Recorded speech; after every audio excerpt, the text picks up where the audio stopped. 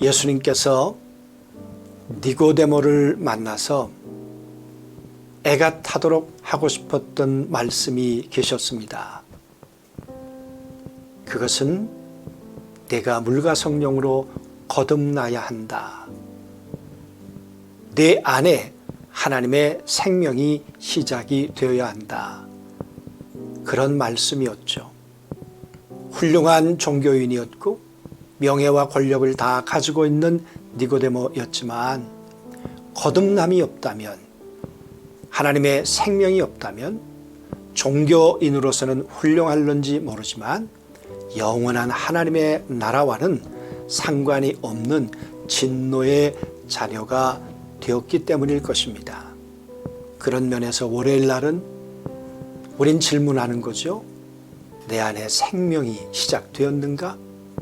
그리고 그 생명은 내 안에 날마다 자라가고 있는가? 하는 부분들을 돌아보는 월요일 날이 되겠습니다. 오늘 하루 지켜주신 하나님께 어떤 감사와 찬양을 드리시겠습니까? 나에게 생명을 주시고 십자가로 나의 죄를 짊어지기 위해서 올라가셨던 그분에 대한 감사, 그분에 대한 고마움, 그런 것도 우리가 드려야 될 감사와 찬양의 이유가 아닐까 싶습니다. 하루 동안 하나님하고의 관계, 예수 그리스도와의 관계는 어떠셨습니까? 정말 주님하고 동행이 가능했습니까? 성령의 말하게 하심을 따라 말하려고 부단히 애를 써 보셨습니까? 혹 하루 동안에 범죄하거나 해결해야 될 기억나는 죄가 있다면 우리가 자백하는 시간 가졌으면 좋겠습니다. 나에게 어떤 일이 일어났습니까? 우린 주일날 이번에 세례를 받으시는 분들 두 분을 위해서 전 교역자가 함께 모여서 우리 안에 왜 생명이 시작돼야 되는가에 대한 말씀을 나누고 함께 우리가 기도하는 시간을 가졌습니다. 예수 생명이 시작된다는 것은 우주적인 사건이라고 했습니다.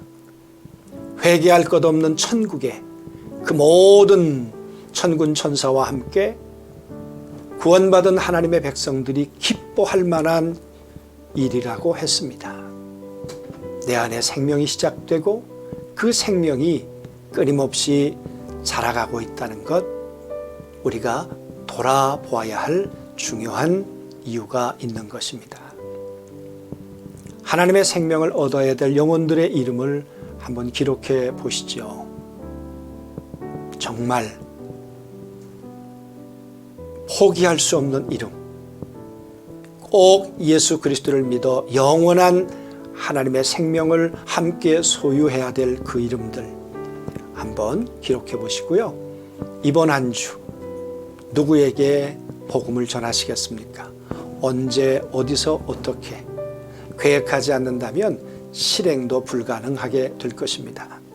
그런 면에서 꼭 한번 기록을 해보시고요. 선교를 위해 기도와 후원을 하고 있는지, 이번 주에는 우리 유사라 선교사가 예배 때 참석을 했습니다.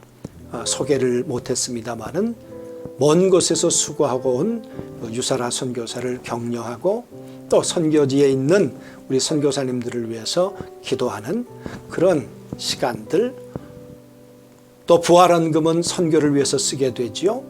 옥합헌금을 하고 있는지 한번 돌이켜보았으면 좋겠고요. 나의 자녀들과 목원들을 한 사람 한 사람 떠올려 보시면서 한번 기도하면 좋을 것 같습니다. 예수 생명으로 살고 있는가? 그들을 위해 내가 할 수 있는 일은 무엇이 있을까? 천하보다 귀한 가치가 영원히 구원받는 것이라고 했습니다. 월요일날 점검하고 싶은 부분이 개인적으로 무엇이 있는지 한번 돌이켜 보시고, 고난주간 첫째 날 저녁 좀 더 일찍 잠드시고 내일 새벽에 함께 특별 새벽 기도회 둘째 날을 맞이하면 좋겠습니다. 우리 같이 기도하시죠. 하나님, 고난주간 첫째 날 정말 예수 그리스도의 생명이 내 안에 시작되었고 그 생명이 자라나 하나님의 형상이 회복되고 있는 믿음의 본질이 내 삶의 최고의 가치인지 돌아보는 월요일 날이었습니다. 나로 말미암아 이 생명이 연결고리가 되어서 내 자녀들, 또 우리 목장 식구들, 또 국경을 넘는 선교의 현장까지 오직 아버지의 생명이 전달될 수 있도록 도와주옵소서. 오늘 이 밤을 평안케 하시고 내일 새벽에 고난주간 둘째 날 새벽을 우리 모든 성도들과 함께 맞이하도록 은혜를 덧입혀 주옵소서. 예수님의 이름으로 기도하옵나이다. 3월 29일 사순절 제35일 너희 믿음이 어디 있느냐. 누가복음 8장 22절에서 25절 말씀. 하루는 제자들과 함께 배에 오르사 그들에게 이르시되 호수 저편으로 건너가자 하시매 이에 떠나 행선할 때에 예수께서 잠이 드셨더니 마침 광풍이 호수로 내리침에 배에 물이 가득하게 되어 위태한지라. 제자들이 나와 깨어 이르되 주여 주여 우리가 죽겠나이다 한데 예수께서 잠을 깨사 바람과 물결을 꾸짖으시니 이에 그쳐 잔잔하여 지더라. 제자들에게 이르시되 너희 믿음이 어디 있느냐 하시니 그들이 두려워하고 놀랍게 여겨 서로 말하되 그가 누구이기에 바람과 물을 명하매 순종하는가 하더라. 아멘. 두려움을 느끼는 것은 위험 요소로부터 사람을 보호하기 위해 하나님께서 허락하신 배려의 선물로 이 기능이 없다면 사람들은 허다한 위험에 노출되어 생존을 위협받는 심각한 상황에 놓일 것입니다. 문제는 두려움을 느끼는 그 기능이 정상적 궤도를 벗어나는 순간 살리는 순기능이 아니라 도리어 해치는 역기능이 되고 만다는 것입니다. 본문에서 주님과 함께 배를 타고 호수를 건너다가 풍랑으로 인한 죽음의 두려움에 사로잡힌 제자들을 만납니다. 주님은 그들의 두려움 속에 오셔서 바람과 물결을 꾸짖어 잔잔케 하신 후 이렇게 물으십니다. 너희 믿음이 어디 있느냐? 주님의 이 질문은 죽음의 두려움 앞에서 믿음을 잃어버린 제자들의 믿음의 결핍을 향한 것이었습니다. 주님이 그들에게 지적하신 믿음의 결핍은 두 가지 면에서 드러납니다. 첫째로 그들은 배를 타고 가고자 하는 행선지를 정하는 것이 주님이라는 사실을 알면서도 두려워했습니다.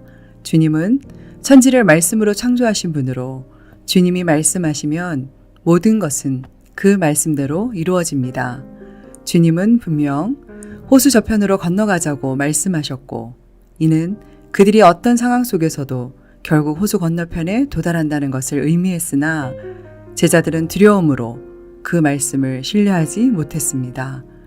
둘째로 그들은 주님과 함께 배를 타고 있으면서도 주님보다 바람과 물결을 더 의식했습니다. 우리가 발을 딛고 살고 있는 지구는 시속 1337km의 속도로 자전하며 시속 17,160km의 속도로 공전을 합니다.